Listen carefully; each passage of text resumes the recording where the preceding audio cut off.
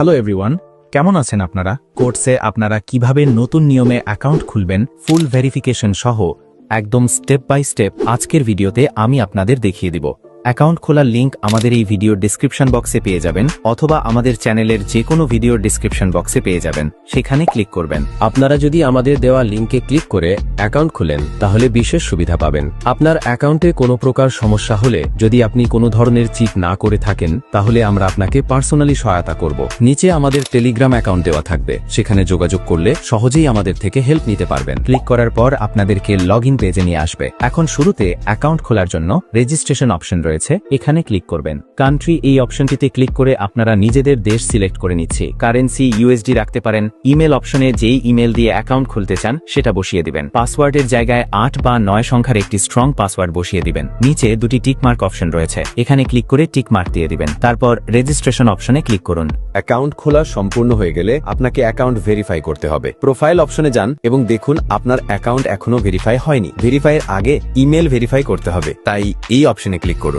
আপনার ইমেলে একটি মেল পাঠানো হবে। মেলটি ওপেন করে কনফার্ম দ্য ইমেল অপশনে ক্লিক করলেই ইমেল ভেরিফাই হয়ে যাবে। এরপরে নিকনেমের জায়গায় আপনি যে কোনো নাম দিতে পারেন, যেমন কিং। তারপর এনআইডি অনুযায়ী ফার্স্ট নেম আর সেকেন্ড নেমের জায়গায় নাম বসান। যদি এনআইডিতে এমডি ফাহাদ থাকে তাহলে ফার্স্ট নেমে এমডি ফাহাদ দিন এবং লাস্ট নেমে ফাহাদ দিন। ডেট অফ বার্থে জন্ম তারিখ দিন এবং অ্যাড্রেসের জায়গায় ঠিকানা দিন। নিশ্চিত করুন সব তথ্য ডকুমেন্ট অনুযায়ী দিয়েছেন। সবকিছু হয়ে গেলে সেভ অপশনে ক্লিক করুন। সেভ অপশনে ক্লিক করার পর ভেরিফিকেশন অফ ডকুমেন্টস অপশন চলে আসবে। নিচে আপলোড ডকুমেন্টস অপশনে ক্লিক করবেন। তার পূর্বে অবশ্যই আপনি একটু নিচে চলে আসবেন। এখান থেকে টাইম জোন UTC+60 এটি সিলেক্ট করে নেবেন। এটি হচ্ছে বাংলাদেশের টাইম জোন। একটি ডিসক্লেমার, আপনি যদি 18 বছরের বেশি বয়সী না হন তাহলে ট্রেডিং করা ঠিক নয়, কারণ এটি খুবই ঝুঁকিপূর্ণ। তারপর আমরা আপলোড ডকুমেন্টস অপশনে ক্লিক করব।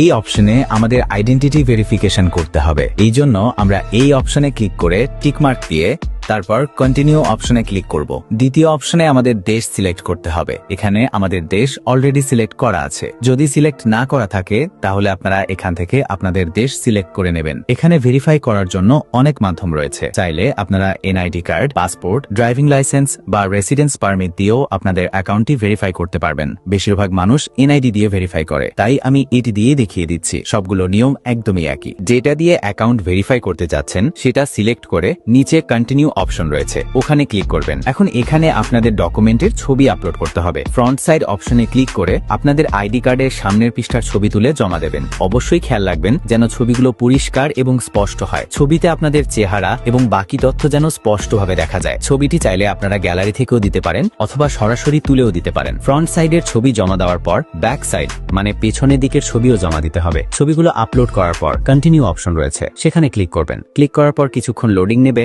এবং তারা আপনাদের সকল তথ্য যাচাই করবে। সবকিছু যদি সঠিকভাবে সাবমিট করা হয়ে থাকে তাহলে সঙ্গে সঙ্গে আপনাদের অ্যাকাউন্টটি ভেরিফাই করে দেবে। আপনার অ্যাকাউন্ট ভেরিফিকেশন হয়ে গেছে। এখন আপনারা চাইলে এখানে ডেমো অ্যাকাউন্টের মাধ্যমে ট্রেডিং শিখে রিয়েল মানি দিয়ে ট্রেড নিতে পারবেন।